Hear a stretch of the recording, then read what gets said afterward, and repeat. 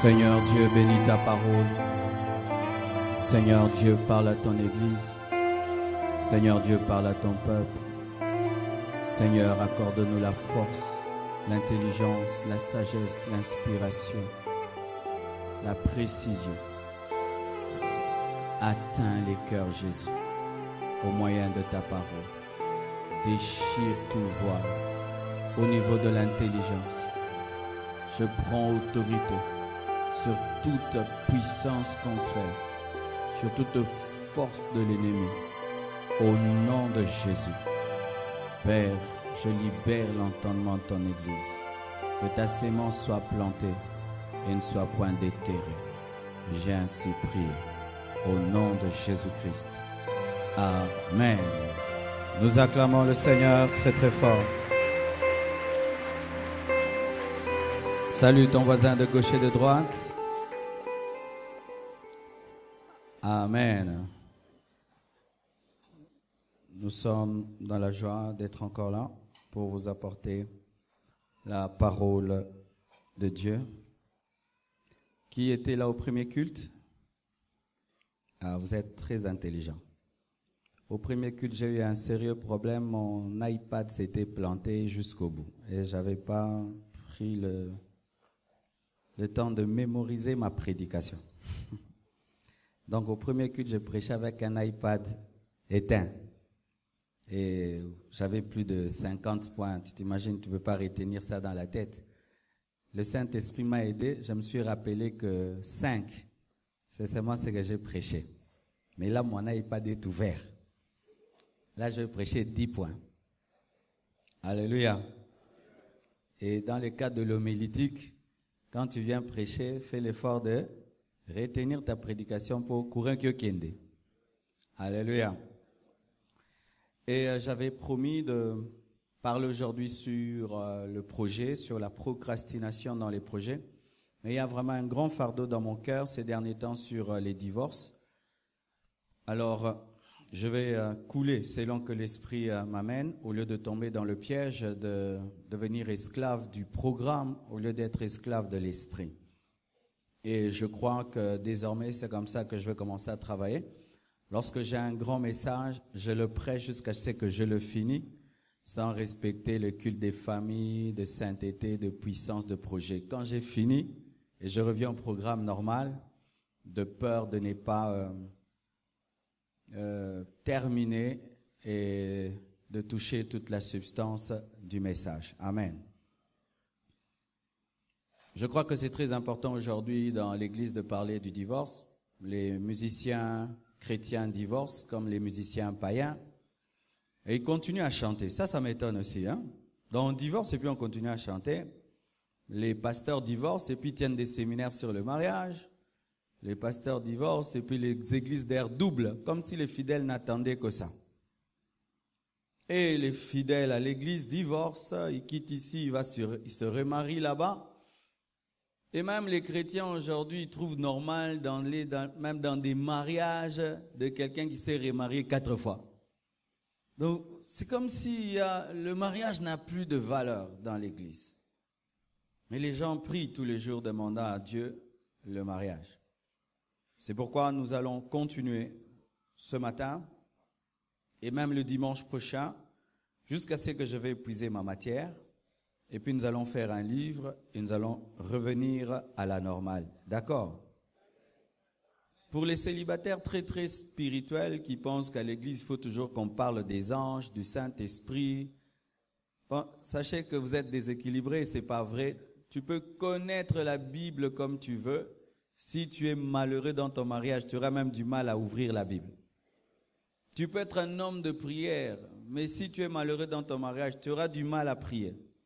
Prenez ça très au sérieux. Amen. Et celui qui te parle, c'est un homme de prière, un homme qui aime les anges et l'onction. Mais si je prends mon temps de te parler du mariage, sache que c'est important. Amen. Ne soyez pas plus spirituel que vos pasteurs. On ose la mkolo et la maté à Saint-Esprit. Le Saint-Esprit est venu pour que tu te maries à Jésus. Il est venu pour un mariage, le Saint-Esprit. Aujourd'hui, je vais parler de 10 stratégies pour vaincre l'esprit de divorce. Et comme à partir de dimanche, nous allons commencer à prêcher 50 minutes, je vais commencer à prêcher avec un chrono. Comme ça, je me suis donné 45 minutes et je commence. Et je dois finir dans 50 minutes. Que Dieu m'aide. C'est pas facile de se résumer lorsque tu es habitué à prêcher 1h20. Intercesseur, priez pour moi. Amen. Que Dieu me donne un esprit de résumé. Nous sommes debout, nous allons lire Proverbe 2, versets 1 à 22.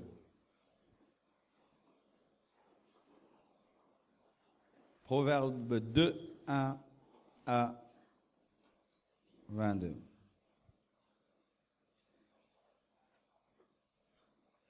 Vous y êtes?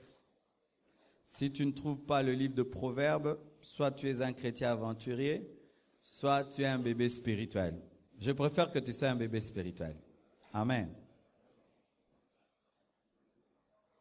1, 2, 3. Allons-y.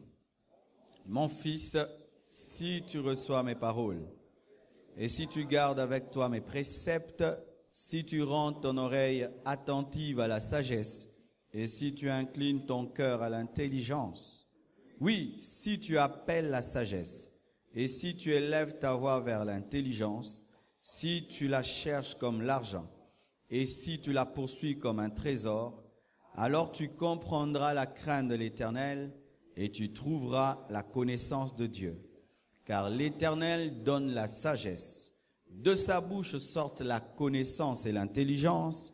Il tient en réserve le salut pour les hommes droits, un bouclier pour ceux qui marchent dans l'intégrité, en protégeant les sentiers de la justice et en gardant la voie des fidèles. Alors tu comprendras la justice, l'équité, la droiture, toutes les routes qui mènent au bonheur. Car la sagesse viendra dans ton cœur et la connaissance fera les délices de ton âme. La réflexion veillera sur toi, l'intelligence te gardera pour te délivrer de la voie du mal, de l'homme qui tient des discours pervers. L'intelligence protège, la réflexion protège. Amen.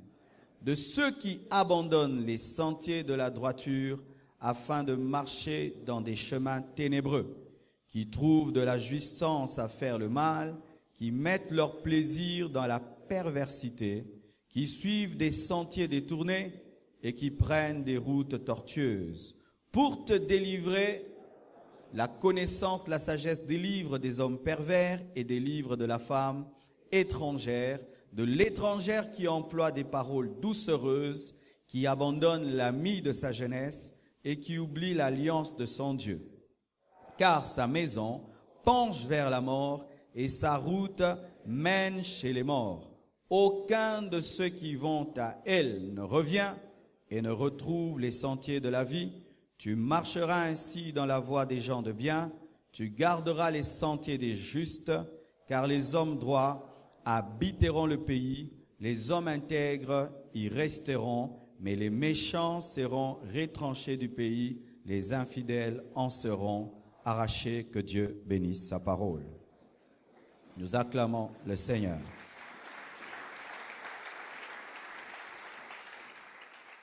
Bien-aimés, en lisant Proverbe 2, nous nous rendons compte que, comme arme spirituelle, nous n'avons pas que le sang de Jésus-Christ, nous n'avons pas que le feu, nous n'avons pas que le nom de Jésus, mais nous avons l'intelligence, nous avons la sagesse, nous avons la réflexion. La sagesse a la capacité de te protéger des hommes mauvais et des femmes mauvaises. Un célibataire insensé sera amené à épouser un conjoint insensé. Un homme marié insensé sera amené à détruire son foyer. C'est pourquoi, bien-aimés, demandez à Dieu la sagesse lorsque vous priez. Car ce sont les hommes sages qui gardent leur héritage et qui évitent les hommes pervers et les femmes étrangères qui ont brisé l'alliance avec Dieu et qui ont rejeté l'homme de leur jeunesse. C'est pourquoi depuis que nous avons commencé ce séminaire, nous parlons en termes de sagesse. La sagesse vient de la parole de Dieu, elle vient du Saint-Esprit, elle vient de l'expérience, elle vient de l'observation comme l'Ecclésiaste. Et aujourd'hui, je vais parler de 10 stratégies pour vaincre l'esprit de divorce sur base de la parole, sur base de l'observation, sur base de l'intelligence, de la sagesse, sur base de l'expérience.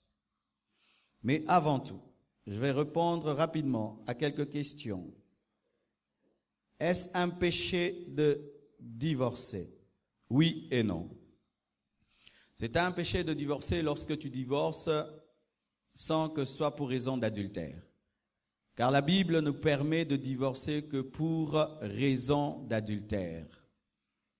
Si ton conjoint n'a pas commis l'adultère et tu divorces, tu as commis le péché. On ne divorce pas parce qu'on n'aime pas le caractère, on ne divorce pas parce que la femme ou l'homme est sorcier, on ne divorce pas parce que la femme est stérile ou l'homme est stérile, on ne divorce que pour raison d'adultère et ce n'est pas une obligation, la Bible te demande de pardonner. Et si tu n'arrives pas à pardonner, tu es libre de divorcer pour seulement raison d'adultère. Une autre raison, c'est lorsque deux personnes se sont mariées étant des païens et elles se convertissent, l'une se convertit plutôt et l'autre reste païenne. Ton mari devient chrétien et toi tu es païenne et puis tu dis j'arrive pas à vivre avec un mari qui prie beaucoup, qui va à l'église, qui donne la dîme. Moi, j'aurais aimé un mari qui va dans les boîtes de nuit. Je me sépare. Ton mari est libre de se remarier selon 1 Corinthiens 7.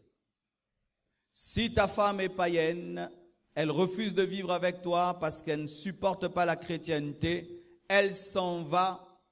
Tu es libre de te remarier selon 1 Corinthiens 7. Aussi, la mort.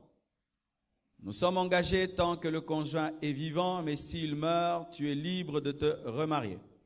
Mais pour ce qui est des veufs et des veuves, et précisément on parle des veuves, lorsqu'une veuve est jeune, la Bible la conseille de se remarier, de peur qu'elle brûle. Mais si elle est âgée, la Bible conseille la veuve de servir le Seigneur comme Anne, de se consacrer à l'œuvre de Dieu. Mais souvent, en Afrique, les femmes veuves qui sont jeunes ont du mal à se remarier parce que leurs enfants ne comprennent pas que maman est maman, mais maman aussi a une vie et maman a besoin d'avoir un mari. Ainsi, il y a des veuves qui restent veuves, non pas qu'elles n'ont pas besoin d'un homme, mais parce que les enfants n'ont pas la maturité de comprendre que maman aussi a besoin d'être heureuse. Amen. On m'a posé la question, s'il arrivait que ma femme ou mon mari m'empoisonne, tu manges, et puis tu te retrouves à l'hôpital et les médecins, sans supposition, confirment que tu as eu à prendre du cyanure et que c'est ta femme qui l'a mis dans ta nourriture, est-ce que tu peux divorcer? Bien-aimé, à ce sujet, je n'ai pas un verset précis. Amen. J'ai répondu précisément pour ce qui est de l'adultère, de la mort, pour ce qui est d'un infidèle qui se sépare, parce que j'ai des versets clairs. Mais pour ce qui est d'une tentative d'empoisonnement, je n'ai pas de verset clair. Mais je crois qu'on ne se marie pas pour mourir. Et tu peux appliquer le verset qui dit que si on te persécute dans une ville, fuis dans une autre.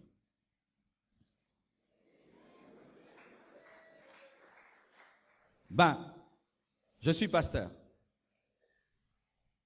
Une femme vient, elle dit, pasteur, mon mari m'a empoisonné, avec des preuves. Elle sort du coma. Je vais la visiter même à l'hôpital, elle est dans le coma. Je dis, maman, qu'est-ce qui se passe? Mon mari a voulu me tuer. Pourquoi? Il veut que je meure pour épouser une autre. Et c'est ça vraiment sa décision, oui. En tant que pasteur, je ne vais pas lui dire, maman, rentre là-bas. Parce que si je lui dis de rentrer, elle meurt. Qui l'a tuée? C'est moi. Il y a une dame. Son mari l'a trompée. Et elle avait décidé de ne plus avoir des relations intimes avec son mari parce qu'elle avait peur d'être infectée, d'attraper le sida. Et pendant, je crois, 5 ans, elle a évité d'avoir des relations intimes avec son mari. Et l'église est venue. Maman, une femme soumise se donne à son mari. Ton corps, c'est le corps de l'homme. Mais quel homme? Ton corps appartient à ton mari. Tu dois lui donner. Après une grande pression de l'église, elle a cédé et elle a attrapé le sida. Le mari sidatique, sidéen ou sidatique? Sidéen? Sidéen, sidatique. Et elle aussi. Avant, c'est papa qui allait mourir et laisser quand même les enfants avec maman. Mais là, c'est papa et maman qui vont partir. Pourquoi? Parce que l'église a prêché l'évangile sans tenir compte qu'on est en 2016. Au temps de Paul, il n'y avait pas de sida. C'est pourquoi d'ailleurs je dis, si tu pardonnes à ton mari lorsqu'il tombe dans l'adultère, avant de t'unir à lui, il doit faire les examens. Si tu pardonnes à ta femme d'être tombée dans l'adultère, avant de t'unir à elle, elle doit faire des examens parce que vous ne vous mariez pas pour mourir. Encore une autre question. La Bible nous dit que l'homme peut répudier la femme pour raison d'adultère, mais la Bible ne nous précise pas si la femme peut, pas répudier, parce que c'est celui qui épouse qui répudie, mais la Bible ne nous dit pas clairement si la femme peut divorcer pour raison d'adultère de son mari. Quelle est ma réponse à ce sujet? Les hommes profitent du silence de la Bible par rapport à l'adultère de l'homme pour dire c'est seulement l'homme qui peut répudier pour raison d'adultère, la femme doit pardonner. C'est pourquoi il y a beaucoup d'hommes qui aiment que leurs femmes prient beaucoup à l'église. Comme ça, pendant qu'ils commettent des adultères, le pasteur est en train de calmer leur maman et leur dire pardonne, pardonne, pardonne. Moi, je ne suis pas ce pasteur-là. Papa, si tu vis très très mal et puis tu laisses ta femme à la compassion pour que moi je la distraie pendant que tu vis très mal, c'est une mauvaise adresse, il faut la prendre. Ici, je vais lui ouvrir les yeux. Et je dis la vérité. Pourquoi? J'ai 2 filles à la maison. Je ne prêche pas l'évangile des hommes, je prêche la Bible. Voici ma réponse aux hommes. Les hommes, vous êtes prêts? C'est bon. Jésus-Christ, dans son ministère, on lui a posé une question. Les soldats, les militaires sont venus et lui ont posé la question. Jésus, qu'est-ce que tu nous dis à nous? Jésus a dit, contentez-vous de votre solde, n'est-ce pas? Réponse aux militaires. Est-ce qu'il a parlé aux fonctionnaires? Est-ce que, parce que Jésus-Christ n'a pas parlé aux fonctionnaires, qu'il n'a rien dit aux fonctionnaires, si le militaire doit se contenter de sa solde, le fonctionnaire doit se contenter de son salaire. Donc, si l'homme peut répudier sa femme pour raison d'adultère, donc la femme aussi peut divorcer pour raison d'adultère? Non. Est-ce que le mariage, c'est le mariage d'un humain et d'un animal? Ce sont deux humains, n'est-ce pas? Mais maman, lorsque vos maris vous trompent, vous avez mal? Oui ou non? Papa, lorsque ton mari, ta femme te trompe, tu as mal? Si on étudie l'âme de la femme, il y a l'âme féminine, l'esprit féminin. Je crois qu'une femme aussi peut divorcer pour raison d'adultère.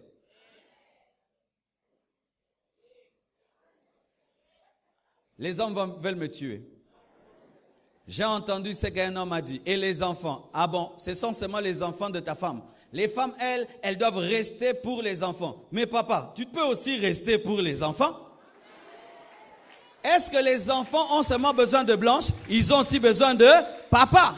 Alors papa, pardonne à ta femme pour les enfants, comme maman pardonne pour les enfants. Parce que ce sont les enfants de papa et de maman. Sinon, si les enfants deviennent des millionnaires, ne viens pas réclamer la dot. Ne viens pas réclamer ta part. Des parents qui abandonnent les enfants, mais quand c'est la dot, azamwa nanga. Alléluia. Je sais que je vous trouble, mais moi je lave la main. Je dis la vérité. Pourquoi les mamans restent-elles dans le foyer malgré l'adultère? Vous savez pourquoi? Elles ne restent pas parce qu'elles aiment trop les enfants. Elles ne restent pas parce qu'elles ont beaucoup d'amour plus que nous. Non, la plupart des femmes ne savent pas où aller. Où irais-je? Que ferais-je sans toi? Que serait mon histoire? Mais c'est une chanson chantée à son mari. Elle ne peut pas rentrer chez elle. Alors, elle reste là. Mais ce n'est pas parce qu'elle aime. C'est pour sa propre survie. C'est pourquoi lorsqu'elles ont l'argent, elles partent ou elles ne partent pas. Quand elles ont le boulot, elles partent ou elles ne partent pas. Donc, maman aussi, ne mentez pas que c'est pour les enfants. C'est pour vous-même que vous restez. Parce que quand vous avez l'argent, quand vous avez les moyens, il m'a trompé, je m'en vais parce que tu as une maison, une voiture. Mais quand tu n'as pas de maison, parce que quand tu n'as rien, tu restes, tu dis pour les enfants. Non, c'est pour toi-même.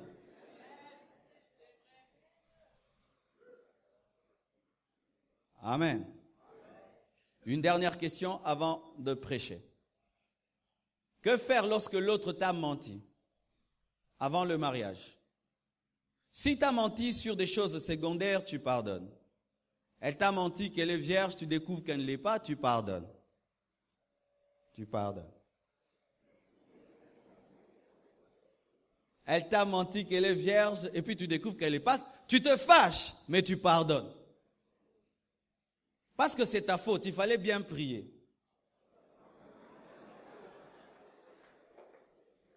Mais si l'autre t'a menti sur des choses fondamentales, tu ne savais pas qu'il était déjà marié, et puis tu l'épouses, et puis tu découvres qu'il avait déjà une autre femme, c'est un divorcé, mais pas pour des raisons bibliques, tu as le droit de divorcer. Amen. Tu te rends compte, non, j'ai divorcé. Pourquoi tu as divorcé? Ah, ma femme, je ne l'aimais plus, et puis j'ai décidé qu'elle parte. Et puis tu m'as épousé. Tu dois sortir de ce mariage-là, parce que c'est un mensonge. Tu ne savais pas qu'il avait 7 enfants. Et tu entres, tu trouves des enfants. C'est trop fondamental, parce qu'une alliance se fait sur base de la confiance. Alléluia. Sachez ceci. Pour ce qui n'est pas clair dans la Bible, nous utilisons seulement la sagesse. Priez aussi que Dieu vous parle. Amen. Priez aussi que Dieu vous parle. Parlons des 10 points de ce matin. Acclamons le Seigneur.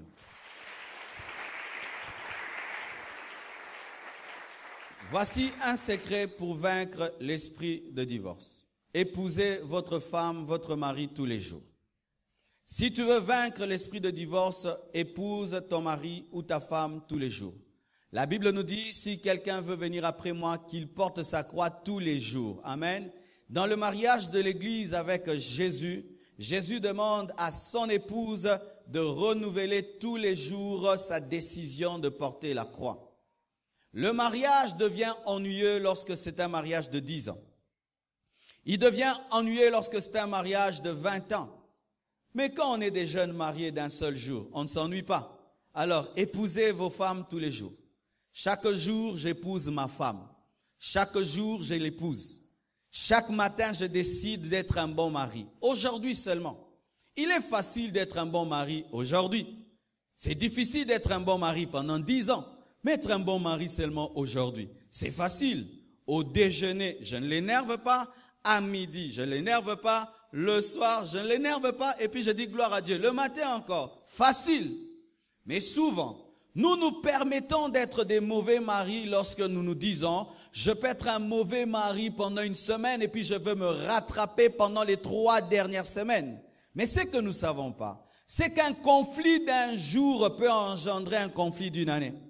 Lorsque tu peux te permettre d'être un mauvais conjoint aujourd'hui, tu risques de le devenir pendant 2 ans. Tous les jours, décidez d'être des bons maris. Et comment ?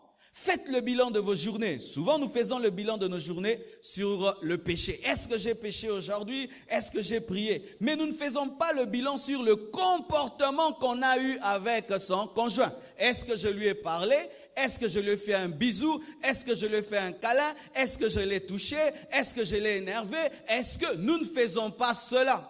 Nous sommes négligents dans nos relations avec nos conjoints, mais nous attendons avoir un culte formidable. Tous les jours de vos vies, battez-vous pour être des bons maris. Alléluia.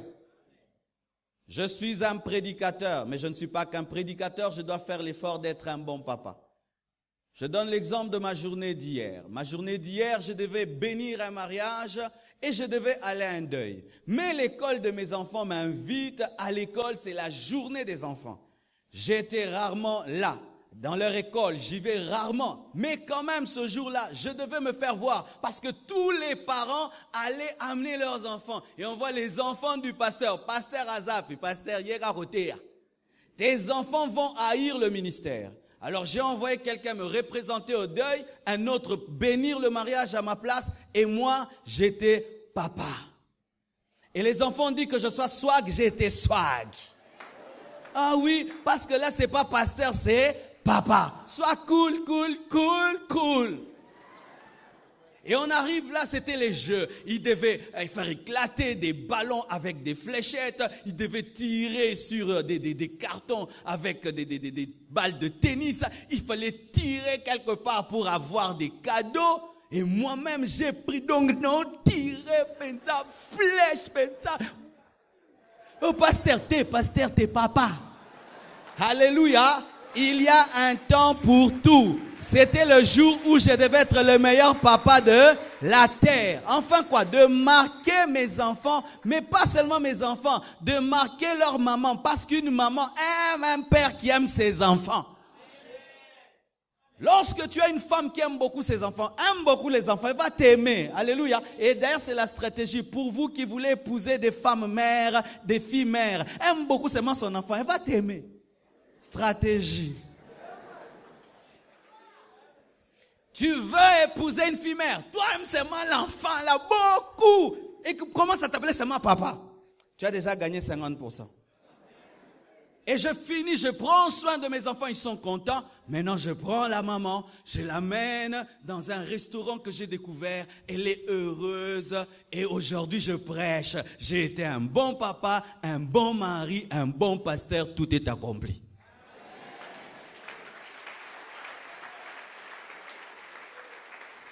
Est-ce que c'est difficile de taper dans un ballon?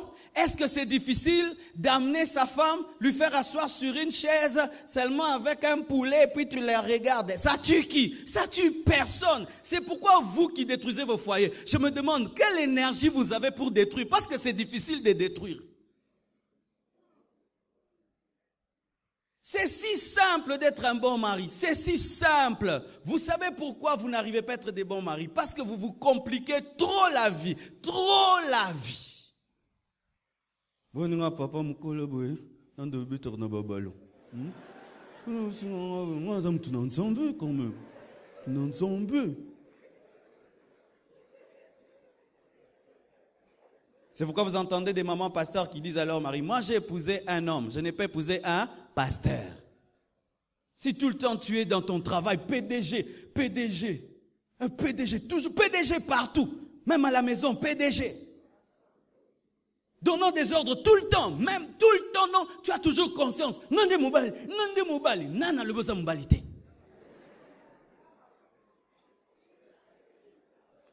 Alléluia. Tous les jours, épousez vos conjoints. Tous les jours, soyez en lune de miel. Il y a un prédicateur qui m'a dit, pasteur, ça fait 10 ans de lune de miel. Alléluia. Il ne dit pas 10 ans de mariage, il dit 10 ans de lune de miel. Pourquoi? Chaque jour, il épouse sa femme. C'est facile d'aimer une femme qu'on a eue depuis un jour, un mari d'un jour. Mais quand on a 20 ans, 30 ans, c'est quand on commence à négliger.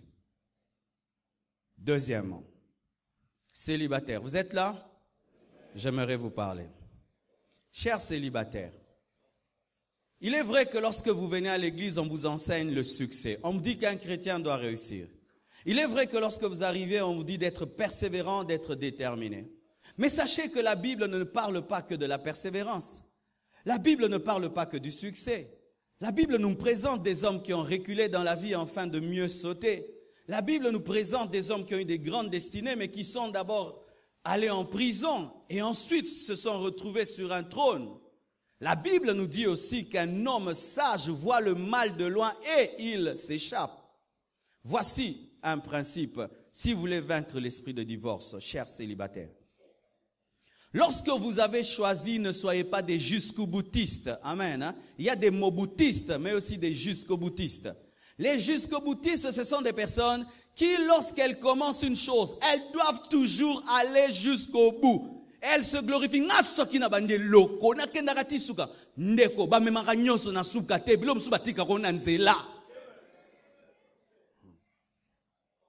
Frère, sœur, même si ton pasteur est au courant que tu es fiancé, si tu ne te retrouves plus, laisse tomber. Même si ta famille est au courant que tu es fiancé, si tu ne vois pas clair, laisse tomber. Ne vous mariez pas parce que vous avez peur du pasteur, parce que vous avez peur de la famille, parce que vous voulez sauver les apparences. Si même le jour où vous vous tenez ici et je vous dis, voulez-vous, et tu te rends compte que c'est une émission en noir et blanc, tu dis non. Tu dis non.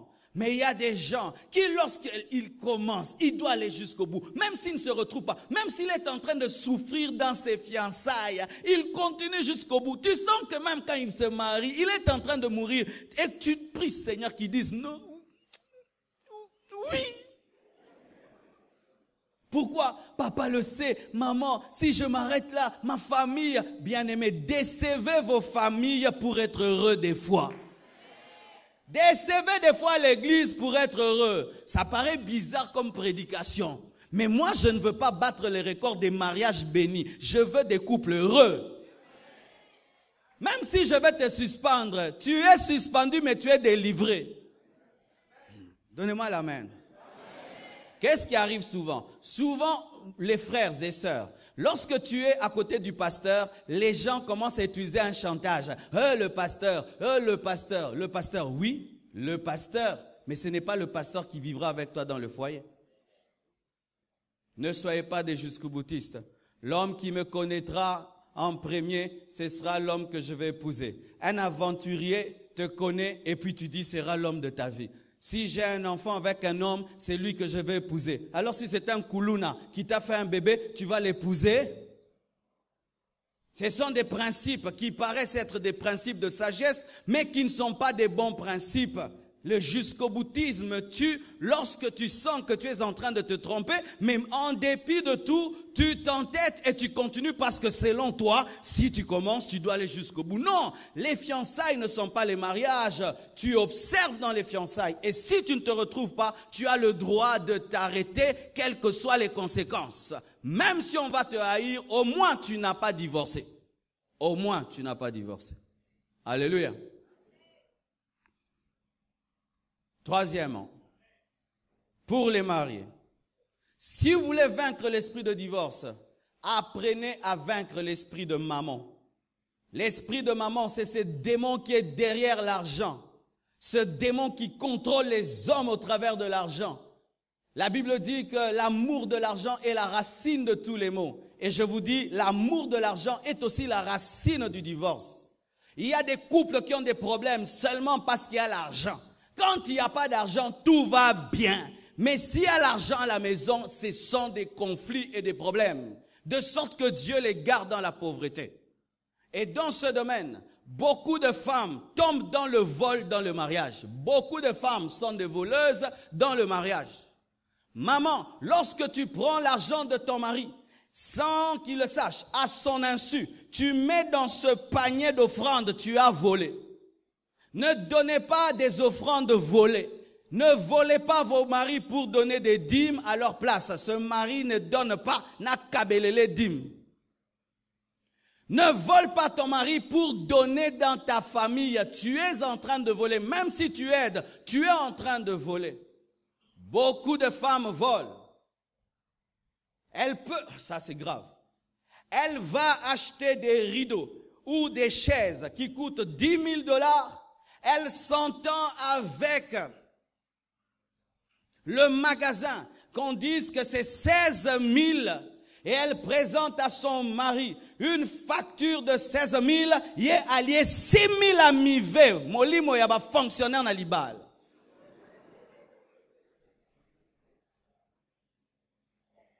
Elle construit une maison, son mari n'est pas au courant. Elle est en train de construire sa propre maison, son mari n'est pas au courant. L'argent, l'argent. Frères et sœurs, votre manière de gérer l'argent va déterminer la paix que vous aurez dans votre maison. C'est pourquoi nous remarquons que même au Congo, les femmes qui ont de l'argent, on les épouse difficilement. Vrai ou faux? Vous savez pourquoi? Pourquoi au Congo, on épouse difficilement une femme qui a l'argent, une femme qui travaille, une femme qui a tout? Parce que l'argent, des fois, donne l'orgueil et l'insoumission aux femmes, de sorte qu'elle veut avoir la place de l'homme parce qu'elle travaille et parce qu'elle est plus riche que son mari. Ma sœur, toi qui travailles et qui gagnes bien ta vie, si tu n'arrives pas à t'humilier devant un homme parce que tu travailles, épouse ton boulot. Épouse ton travail. Sinon, il y aura 2 hommes dans la maison et ça vous fera la guerre. Car l'homme, même s'il n'a rien dans les poches, c'est lui le chef. Mutu ya libande zaka mutu, mutu ya suke zaka mutu. Alléluia. Ainsi, lorsque déjà vous travaillez et vous avez étudié, travaillez aussi votre cœur pour que vous soyez capable d'être la femme qui paye le loyer, qui paye la nourriture, mais qui est soumise. Parce que des fois, il peut se faire que c'est toi qui travailles et ton mari ne travaille pas encore. Et que dans les années, c'est lui qui va travailler, mais vous détruisez votre foyer parce que pendant un temps, c'est toi qui ramènes l'argent à la maison. Et des fois, j'entends des choses qui me font rire. Lorsqu'une femme paye la maison, lorsqu'elle paye la nourriture, elle commence à pleurer. Là, dans cette maison, c'est moi qui fais tout. Mais jamais un homme ne pleure disant, n'a foutu loyer, n'a foutu loyer.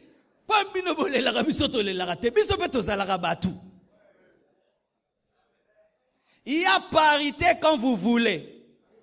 Quand vous voulez, il y a parité. Mais parité aussi des loyers, parité des minervales, parité d'eau, vous ne voulez pas. Mais parité seulement des commandements.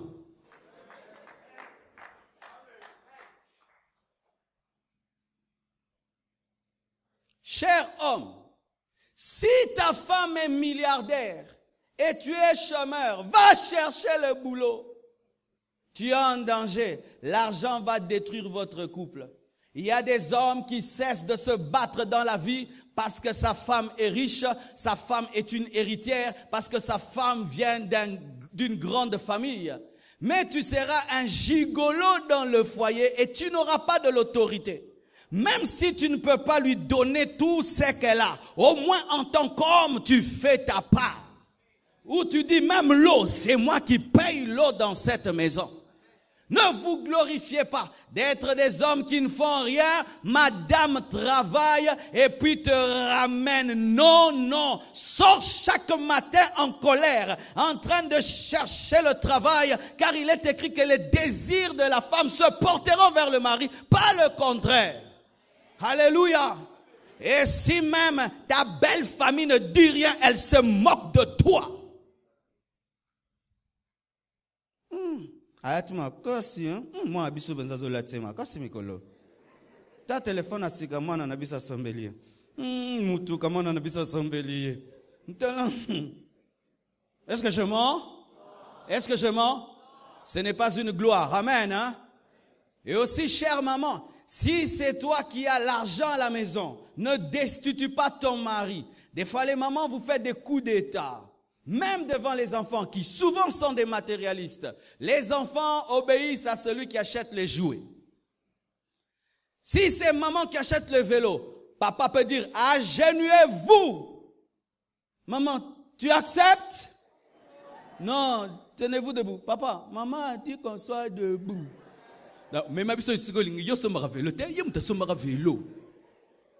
Même si maman, c'est toi qui tiens la caisse, c'est toi qui as l'argent. Montre aux enfants que c'est papa qui est le chef. Pourquoi? Ils risquent de grandir étant déphasés. Et tes garçons, lorsqu'ils grandiront, ils auront du mal à exercer l'autorité parce qu'ils ont un virus, un déséquilibre causé par les parents. Donnez-moi la main. Lorsque l'homme est riche, la femme n'a rien, communauté des biens.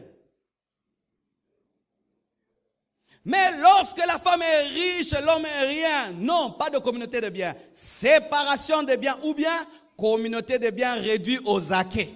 Pourquoi ça change quand c'est vous qui avez l'argent? Voici ce que je dis. Que ce soit l'homme ou la femme, lorsque vous êtes riche, l'homme ou la femme, c'est communauté de biens. L'argent de la femme, c'est l'argent du mari, et l'argent du mari, c'est l'argent de la femme. L'argent de la femme, ce n'est pas l'argent de sa famille. Au Congo, l'argent de la fille, c'est l'argent de sa famille. Et vous croyez en ça, vous acceptez ça. Moi, j'accepte pas ça. L'argent de la femme de Maman Blanc, c'est mon argent. C'est mon argent. C'est mon argent. Parce que mon argent, c'est son argent. Et bon, il y a des alangate. Il y a des gens sotoro kabola. Hein? Tu te bats quand tu as l'argent, c'est pour vous. Tu cherches quand tu as l'argent, c'est pour vous. Elle, quand elle a, c'est maman, c'est papa. Oh non, non, non, c'est pas maman, c'est pas papa. C'est pour nous. Parce que moi, quand j'ai, ce n'est pas papa et maman, c'est pour nous. Toi aussi, quand tu as, c'est pour nous. Donnez-moi la main.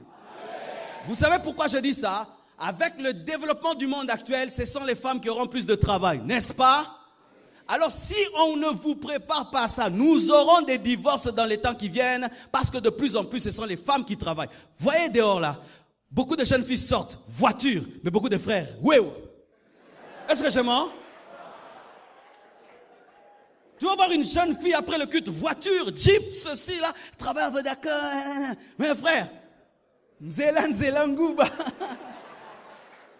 Et c'est partout maintenant dans le monde. Hein. Les femmes travaillent plus que les hommes. Paraît-il, on a découvert que lorsqu'une femme travaille et qu'elle gagne son argent, elle apporte toujours à la maison. Mais l'homme, quand il a beaucoup d'argent, il cherche 4-5 femmes. Le monde actuel commence à favoriser plus les hommes que les femmes. Et si on ne vous prépare pas, chères sœurs, à avoir de l'argent et à vous soumettre, nous aurons des divorces. Aujourd'hui en Europe, les hommes ne veulent plus se marier. Ils ne veulent plus. Les femmes pleurent pour se marier. Les femmes sont capables de tout donner, même une maison, te donner les papiers, tout. Épouse-moi, épouse-moi. Parce que les hommes ont peur, les femmes maintenant ont tout. Et elles chassent les hommes de leur maison. Et cela peut revenir ici. Si vous ne travaillez pas vos cœurs, nous allons commencer à prier pour qu'il y ait des mariages. Nous aurons plus des concubins. Des gens qui habitent ensemble sans le mariage et qui peuvent se séparer quand ils veulent. Car la maladie qui commence dans un coin de la terre finit toujours par se répandre. Alléluia. Une autre chose, soyez discrets. La Bible nous dit que lorsque Jésus-Christ a épousé l'Église, il a demandé à ses apôtres de rester dans la chambre haute afin de recevoir le Saint-Esprit. La chambre haute symbolise la prière, mais pas seulement la prière, ça symbolise aussi le lieu secret. Et dans un couple, il faut une chambre haute, il faut un lieu secret. Et c'est la chambre, votre chambre. Chers parents, chers couples, la chambre n'est pas seulement faite pour dormir, elle est faite aussi pour cacher les problèmes. Je dis toujours, les mariés sont presque tous comme des sorciers. Ouais, un sorcier, il s'envole la nuit. Le matin, il est en cravate, veste, tu ne sauras pas. Mais c'est envolé. Et les mariés sont comme ça. Ils peuvent venir au culte là, comme ça, ils te tiennent. Doudou, chérie. Mais bah, swanaki moko. Les mariés sont comme des fois les chaussettes dans les chaussures. Tu peux avoir des chaussettes trouées. Qui les saura? Tu vois seulement les chaussures, c'est joli, mais bon, on va bien. Les autres, tout beau. Ne kutu boza boina la tiango 3 pour ekoka. Mais bino boye bitin. Yango puna ba parrain mabe. Ne choisissez jamais les parrains sur base des apparences. Oh, bah, ça n'a pas bise dans l'église. Et moi, ça va bise à mascarade. Ba chaussettes trouées couvertes par des belles chaussures.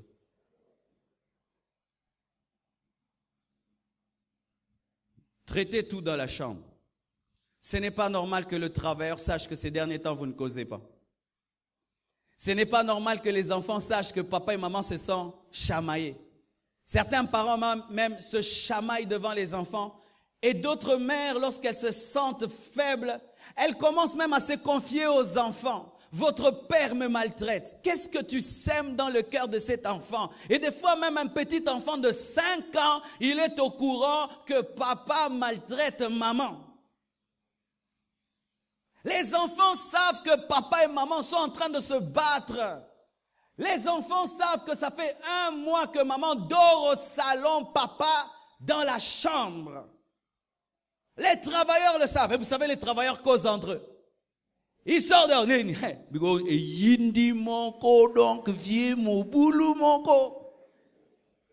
La sentinelle va le dire au sentinelle. Le chauffeur va le dire au chauffeur. Et encore, on dit tout aux amis. On dit tout aux amis. Bien aimé, on ne dit pas tout aux amis. Même si tu es mon ami, je ne te dirai pas tout. Je dis tout à Dieu. Mais il y a certains couples qui disent tout aux amis, de sorte que le mari est humilié, la femme est humiliée. Et ce qui est bizarre, c'est que nous nous confions facilement à des personnes qui ne peuvent rien apporter dans le couple, mais nous ne nous confions pas à des gens qui peuvent nous aider. C'est rare que tu viennes chercher ton pasteur. Pasteur, il y a tel problème dans mon couple. Jamais. Mais tu vas le dire à quelqu'un qui ne va rien apporter, qui ne va rien arranger, mais qui ira se moquer de toi. Apprenez à être discret. Vous réglez les problèmes dans la chambre. Quand vous avez fini, vous sortez. Je ne dis pas l'hypocrisie, mais quand même, mouké kaka. Parce que l'enfant ne doit pas savoir quand même que vous êtes fâché. À table, vous mangez convenablement. Vous vous donnez la nourriture. Vous êtes oh, maman, qu'est-ce que tu as? Il n'y a rien. Il y a certaines personnes dans cette maison qui ouvrent des portes d'entrée.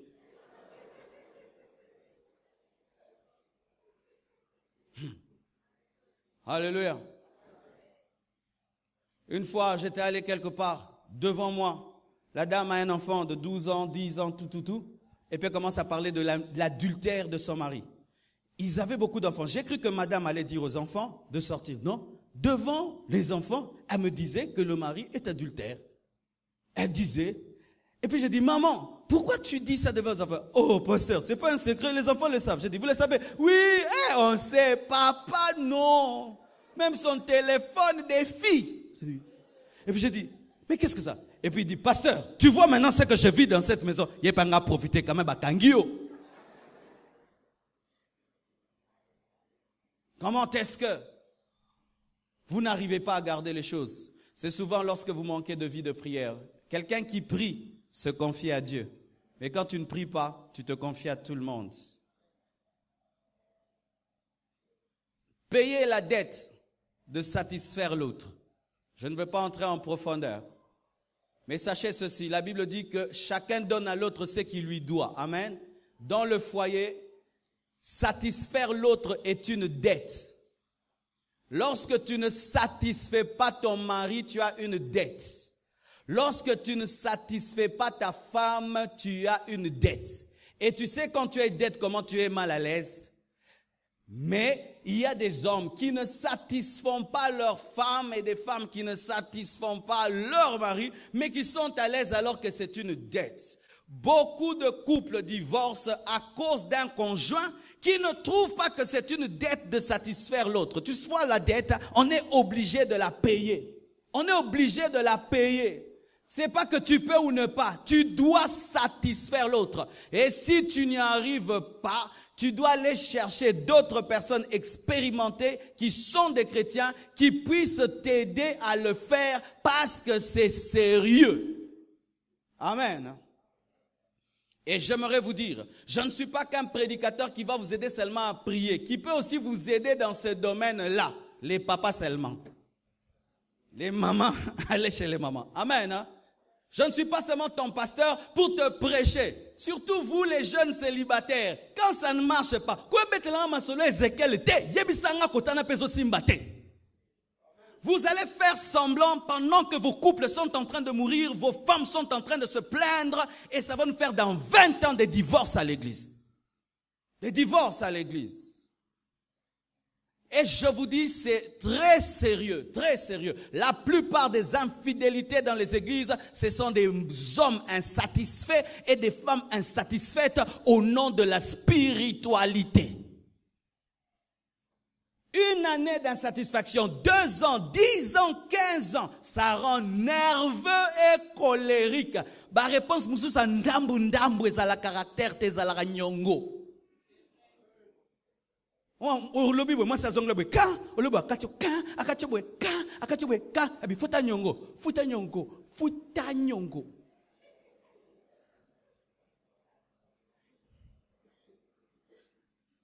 Un jour, on fera un culte seulement pour les couples. Amen. Une autre chose. Le matérialisme. Aujourd'hui, à cause du matérialisme, les couples sont en train de se détruire. Les femmes se comportent comme Israël. Dieu libère Israël de l'Égypte et veut les envoyer en Canaan. Ils commettent tellement de péchés et Dieu décide de ne pas aller avec eux, mais il propose de leur donner un ange, le lait et le miel, mais sans sa présence. Israël accepte, Israël le veut, mais Moïse refuse. Il dit, nous n'irons pas sans toi. Il a refusé le lait et le miel si l'Éternel, le mari, n'était pas là. Mais il y a aujourd'hui des femmes qui acceptent le lait et le miel, mais sans l'Éternel.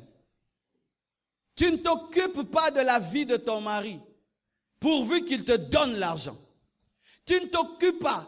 Comment est-ce qu'il rentre à 23 heures? Comment est-ce qu'il est tout le temps parti dans ses pensées? Comment est-ce qu'il ne te touche plus? Comment est-ce qu'il est devenu un si mauvais mari? Ce n'est pas ton problème. Tant qu'il te donne une voiture, tant qu'il te donne une maison, tant qu'il te donne des bijoux, tant que tu voyages, tout est accompli.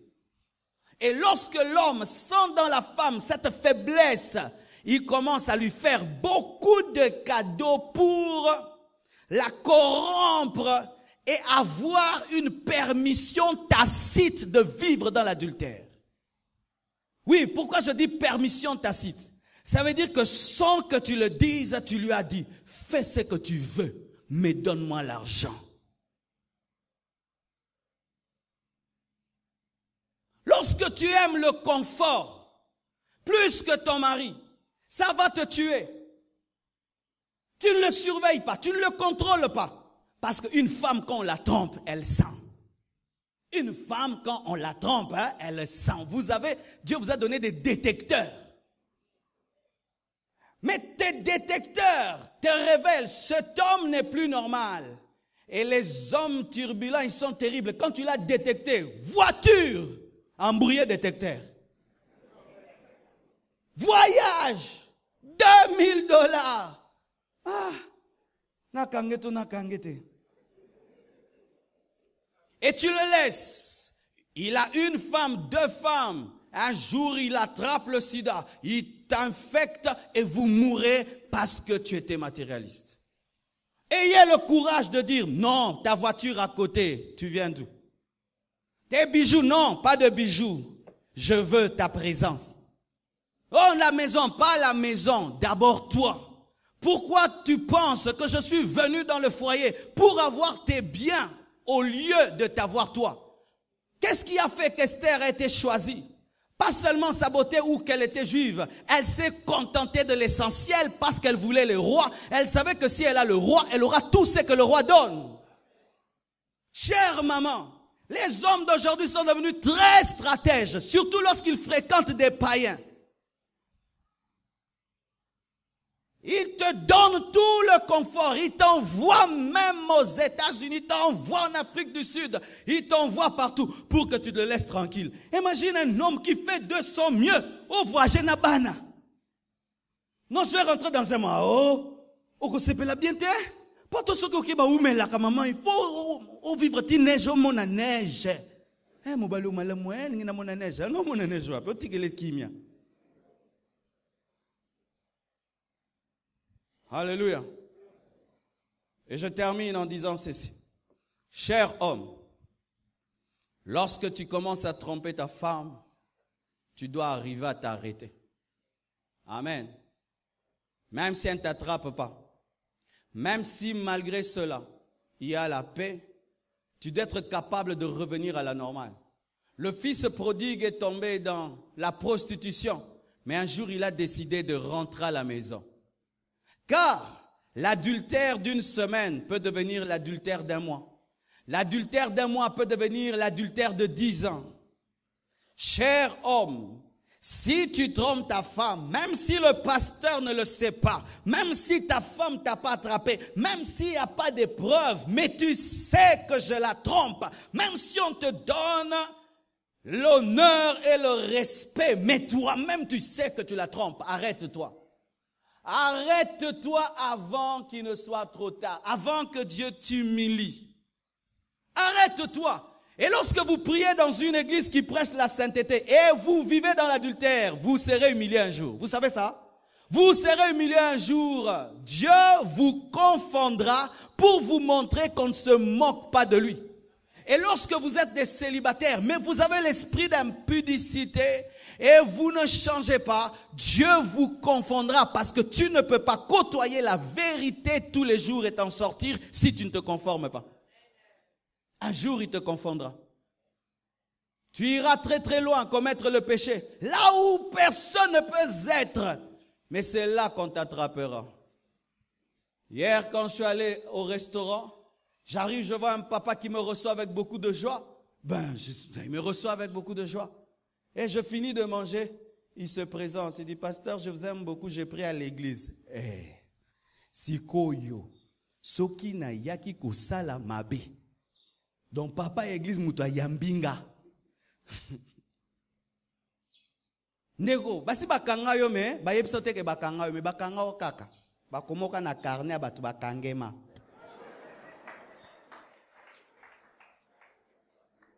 Tu peux t'arrêter de faire ce que tu fais. Tu peux t'arrêter. Dieu est capable de te pardonner. Il est capable de te libérer de cela. Si tu es sincère, il peut le faire. Que Dieu vous bénisse abondamment.